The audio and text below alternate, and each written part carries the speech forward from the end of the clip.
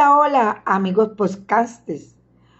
¿Cómo están? Los saludamos desde la Perla del Caribe, Bessimán Jarrés Redondo y Gima Sandoval Olivero, con sus perlas de la pedagogía crítica en la educación, desde la mirada de Yeros y Escliar, pedagogía fronteriza y pedagogía de alteridad.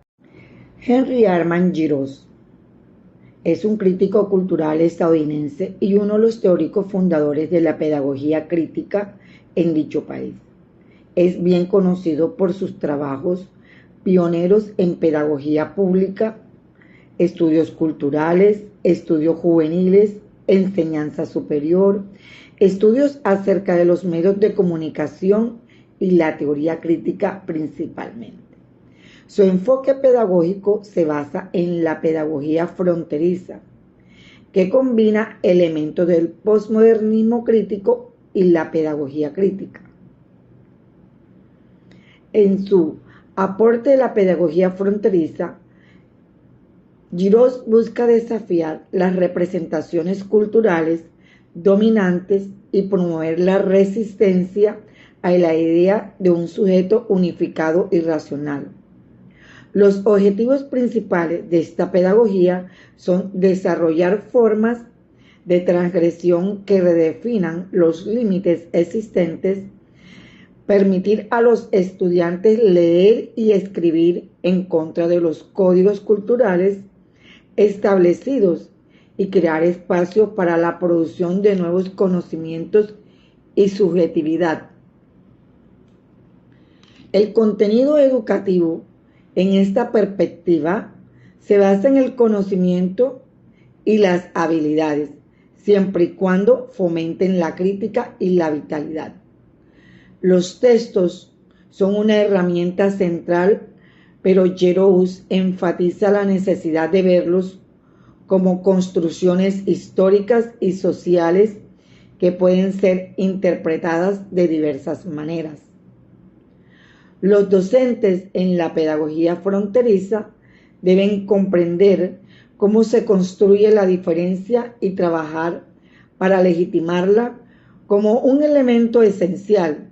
Además, deben ser conscientes de que operan dentro de los límites sociales, políticos y culturales cambiantes y deben lidiar con una variedad de voces y diferencias en el aula. También deben cuestionar las narrativas de los estudiantes, reconociéndolas como resistencia a la estructura de poder dominantes. Los alumnos en esta perspectiva se ven como individuos que cruzan fronteras y desafían los límites establecidos en torno a las diferencias y el poder. Deben ser capaces de comunicarse en un lenguaje que permita la multiplicidad de significados y resistir la definición permanente. Sus narrativas personales se consideran productos de la resistencia frente a las estructuras de poder dominante. En conjunto, la pedagogía fronteriza de Giroux aboga por una educación que fomente la crítica, la diversidad y la resistencia a las normas culturales y políticas impuestas. Ahora vamos a discernir un poco desde la pedagogía fronteriza de Giroux, llevándola al contexto educativo actual. Primero, Giroux concibe al docente como un agente de transformación y cambio que debe poseer un sólido conocimiento teórico sobre cómo se construye la diferencia en la sociedad. En este sentido, sugiere que el docente se apoye en la utilización de textos como herramienta pedagógica. Sin embargo, en la actualidad los libros han sido en gran medida reemplazados por las búsquedas rápidas en Internet, lo que ha llevado a que los docentes de las instituciones educativas recurran a referencias bibliográficas específicas disponibles en la web o en un material impreso para diseñar y apoyar sus currículos en las diversas asignaturas. Segundo, el contexto. Como es bien sabido por todos los colombianos, la sabana cordobesa hace parte de la franja del territorio azotado por la violencia, motivo por el cual el papel del docente en los entornos educativos de esta zona se vuelve esencial y desafiante, ya que debe guiar a los estudiantes hacia el empoderamiento y asimilación de un rol protagónico dentro de un proceso educativo donde no solo comprendan y entiendan sus raíces y las condiciones sociales y culturales que subyacen en sus realidades, sino que también reflexionen sobre ellas, además de reconocer y valorar su propia historia y experiencias como un medio para evitar la repetición de aciertos y desaciertos del pasado y en su lugar impulsar el cambio y la transformación en la sociedad. Y tercero, desde esta perspectiva, los estudiantes están abocados a la libre expresión de sus sentires y participar activamente en la generación de propuestas de transformación y cambio de sus entornos. Muchas gracias, Ima, por esa intervención importante con los aportes de Giroux a la pedagogía crítica. Yo les voy a hablar sobre Carlos Escliar y la pedagogía de la alteridad. Carlos Escliar es un doctor nacido en Buenos Aires, Argentina, en 1960.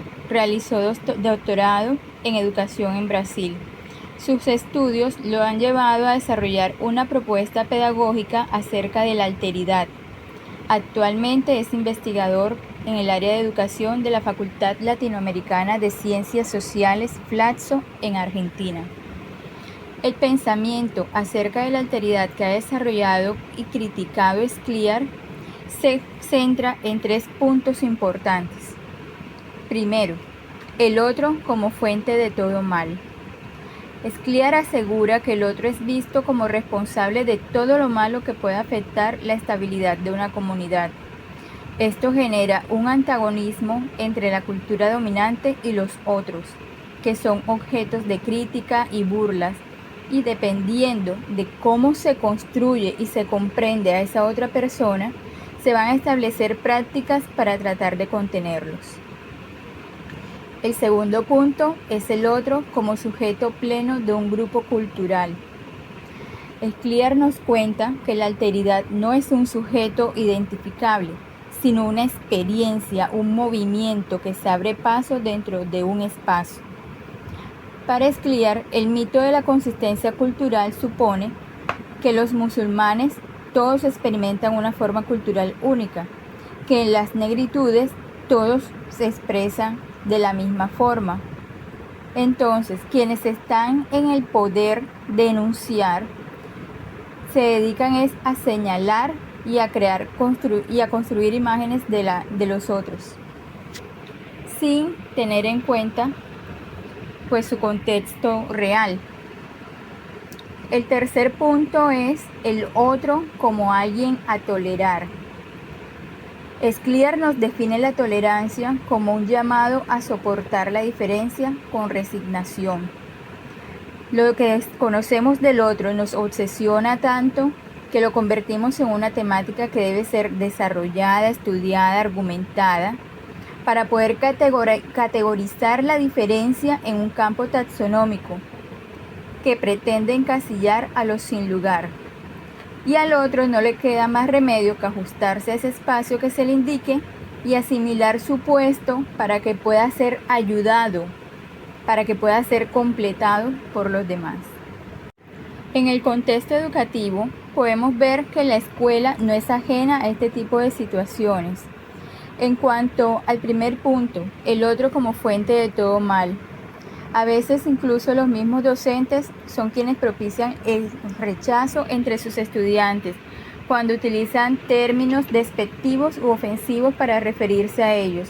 Por ejemplo, cuando un niño llega tosiendo, es apártate que nos vas a pegar la gripa, aléjate que nos vas a contagiar a todos, y nosotros mismos o el mismo docente se encarga de aislarlo, Y como tenemos esa concepción de que el niño que llegó tosiendo ya tiene una virosis, mejor dicho, que va a acabar con todos, lo que hacemos es que empezamos a generar estrategias para poder contenerlo. Si el niño está tosiendo, no lo manda al colegio.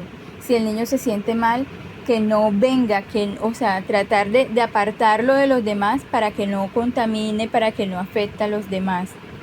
En el segundo punto, el otro como sujeto pleno de un grupo cultural. Es muy común, por ejemplo, con los estudiantes afrocolombianos, que les atribuimos unas capacidades que nosotros consideramos propias de su raza, ya sea para el trabajo físico, la resistencia, los deportes, el baile, entre otras cosas. Si hay una actividad cultural, hay un desfile folclórico, vamos a buscar a los afrocolombianos, vamos a buscar a las negritudes porque ellos lo llevan en la sangre, decimos.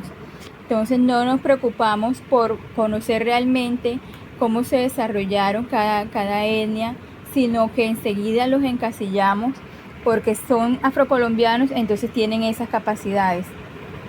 En el tercer punto, el otro como alguien a tolerar.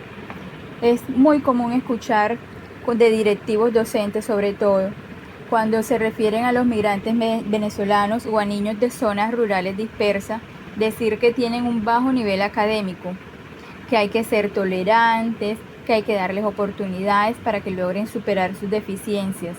Y quedan ellos tan encasillados en ese aspecto que ellos mismos se sienten menos inteligentes, que deben pedir ayuda para poder aprender, que necesitan esforzarse un poco más para poder comprender las clases. Frente a esto, Scliar propone una pedagogía de la hospitalidad. La hospitalidad es la posibilidad de encontrarse con el otro, de abrirle las puertas de nuestro corazón sin reducirlo a una temática, escuchando sus palabras, escuchando sus gestos, conociendo su contexto real.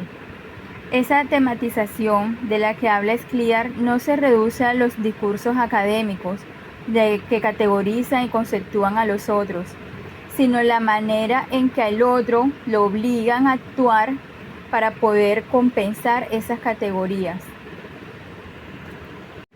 Podemos concluir que las pedagogías desarrolladas en América Latina necesitan construirse dentro de diferentes espacios de pensamiento que permitan un encuentro real con la diferencia. Deben posibilitar nuevas maneras de educar y formar a los individuos para generar políticas, proyectos que ofrezcan alternativas capaces de cambiar su estado actual y estar a la altura de los tiempos presentes.